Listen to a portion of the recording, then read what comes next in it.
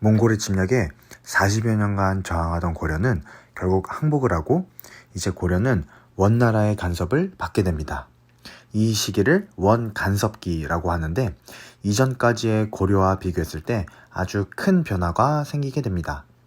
이전까지의 고려의 시스템에서 거의 모든 게 바뀐다고 볼 수 있어요. 그리고 원나라에 붙어서 성장한 새로운 세력도 등장을 하기 시작합니다. 몽골의 세력은 아시아 전역과 유럽의 헝가리까지 뻗어나갈 정도로 강대했습니다. 칭기스칸이 죽고 그의 아들들이 몽골의 영토를 나누어 가졌지만 몽골 제국은 최고의 지배자 데칸의 지휘 아래 서로 협력하면서 지냈어요. 이러한 몽골 제국은 계속해서 정복 전쟁을 통해 주변 여러 국가들을 멸망시키고 그리고 영토를 확장했는데 유독 한 국가만이 한참을 버티고 있었어요. 그게 바로 고려였죠. 10년, 20년, 30년이 지나도록 고려는 항복하지 않고 저항을 하고 있었어요. 고려의 저항이 30년이 넘어갈 무렵 몽골 제국에서는 데칸의 계승을 두고 두 세력이 싸우게 됩니다. 쿠빌라이와 그의 친동생 아릭 부케가 서로 데칸의 지위를 차지하기 위해 전쟁을 벌이게 된 것이죠. 여기서 고려의 운명을 가를 중요한 사건이 발생하게 됩니다. 당시 고려는 몽골에게 항복할 것을 결정하고 태자를 사신으로 파견합니다. 이때 파견된 태자가 후에 고려 원종이 되니까 그냥 원종이라고 하겠습니다. 하여튼 원종이 항복을 하러 몽골로 넘어가는데 하필 그때 몽골 제국에서 데칸 자리를 두고 쿠빌라이와 아릭 부케가 싸우고 있었어요. 쿠빌라이와 아릭 부케 모두 자기 스스로 몽골 제국을 지배하는 데칸이라고 대외적으로 떠들고 있으니 원종은 고민을 할 수밖에 없었죠. 항복을 하기 위해서는 두 명의 데칸 중 한 명에게 가서 항복을 요청해야 하는데 만약에 원종이 찾아간 데칸이 전쟁에서 패배한다면 당연히 그를 지지했던 고려도 짓밟힐 게 뻔했기 때문이죠. 여기서 원종은 신의 한 수를 두게 됩니다. 쿠빌라이를 지지하며 쿠빌라이에게 가서 항복을 요청하죠. 이건 고려가 몽골 제국의 데칸을 쿠빌라이라고 생각한다는 것을 몽골 제국 전체에 알려준 거나 다름없었어요. 40여 년 가까이 끝까지 저항하던 국가인 고려가 쿠빌라이에게 항복을 한다. 쿠빌라이 입장에서는 엄청난 홍보 효과를 노릴 수 있는 기회였고 또 지지 세력을 확대할 수 있는 절호의 찬스였죠.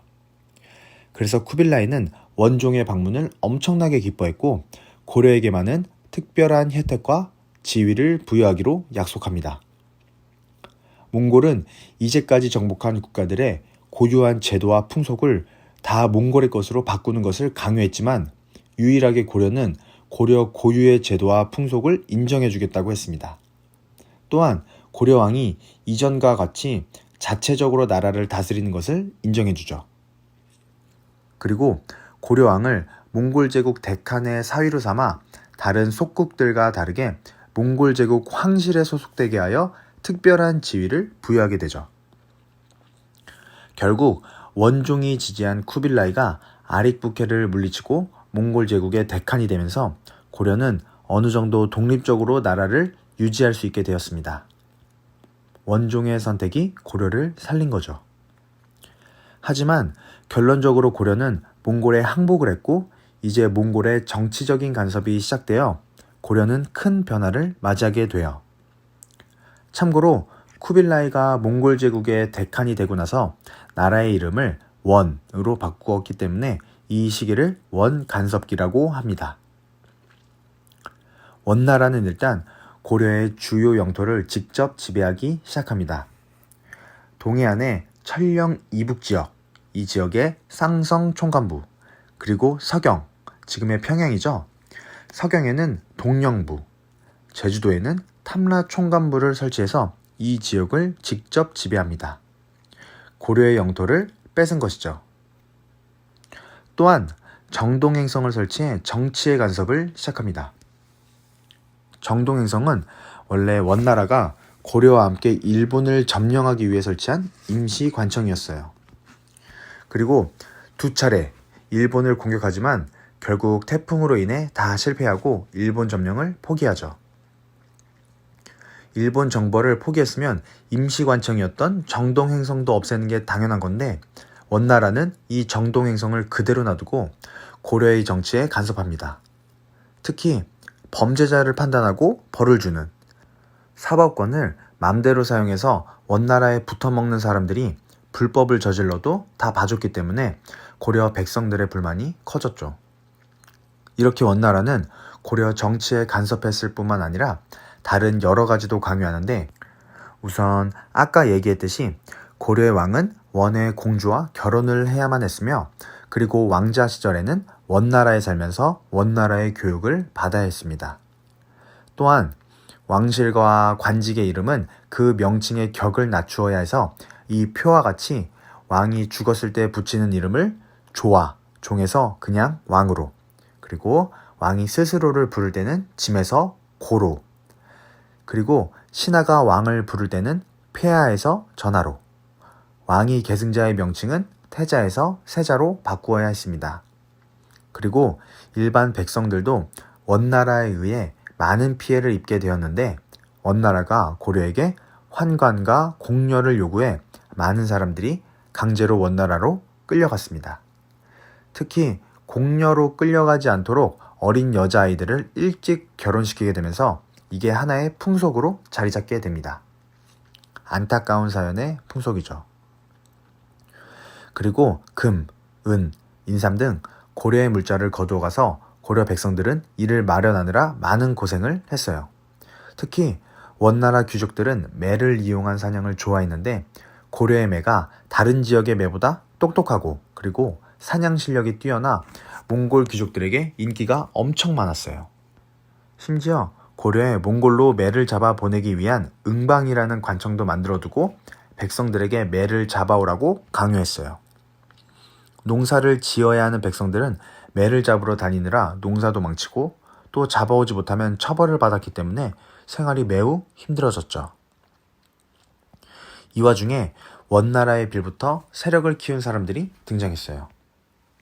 몽골어를 통역하거나 원에 가서 출세한 사람들, 그리고 국왕이 왕자 시절 원에 있을 때 함께 생활했던 측근들이나 원의 황실과 혼인한 외척 가문 등이 막강한 세력을 가지고 높은 관직에 오를 수 있었습니다. 이렇게 원 간섭기에는 원나라와 특별한 관계가 있는 친원 세력이 고려에서 떵떵거리면서 살게 되었는데 이들은 이전에 고려에서 높은 지위를 차지했던 문벌귀족 및 무신정권기의 대표 가문들과 함께 권문세족이라고 불렸어요. 이들은 자신들의 권력과 원나라의 세력을 이용해서 상업을 통해 돈을 끌어모으고 그리고 일반 농민의 땅을 강제로 빼앗아서 큰 농장을 만들기 시작합니다. 특히 농장의 경우 그 크기가 너무 커서 산이나 하천을 경계로 했다고 해요. 그만큼 많은 농민들의 땅을 뺏은 것이죠. 그리고 농민들이 땅을 빼앗기고 가난해지면 이들을 노비로 만들어서 자신의 농장에서 일하게 했습니다. 그 결과 권문세족의 세력은 너무나도 커져서 왕도 어떻게 하지 못하는 그러한 지경에까지 이르게 됐죠. 문제는 권문세족이 많은 땅을 차지하고 그리고 일반 백성들을 자신들의 노비로 만들면서 국가 재정이 어려워지기 시작했다는 거예요. 원래 일반 백성들은 자신의 땅에서 농사를 짓고 여기서 나온 농산물을 국가에 세금으로 바쳤는데 백성들이 노비가 되어버리자 고려 정부에서는 세금을 거둘 사람이 없어져 점차 재정이 줄어들게 되었습니다. 그리고 국가가 세금을 거둘 수 있는 땅들도 다 권문세족이 차지하여 세금을 거둘 땅도 급격하게 줄어들게 되었죠. 이에 고려의 왕들은 이를 해결하기 위해 지속적으로 개혁을 시도합니다. 개혁의 목표는 권문세족들이 가지고 있는 토지를 다시 백성에게 돌려주고 노비를 해방시키는 것이었기 때문에 권문세족이 이러한 개혁에 절대 찬성할 리가 없었죠.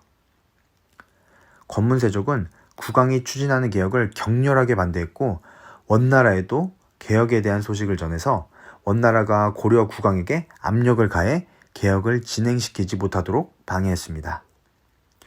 결국 여러 왕들이 개혁을 시도하긴 하였지만 성공하지 못했고 이후 원나라 세력이 약해지던 시기 공민왕이 즉위하여 개혁을 어느 정도 성공시킵니다. 오늘은 고려의 항복 과정과 원나라의 간섭 이후 변화된 고려의 모습에 대해 알아보았습니다.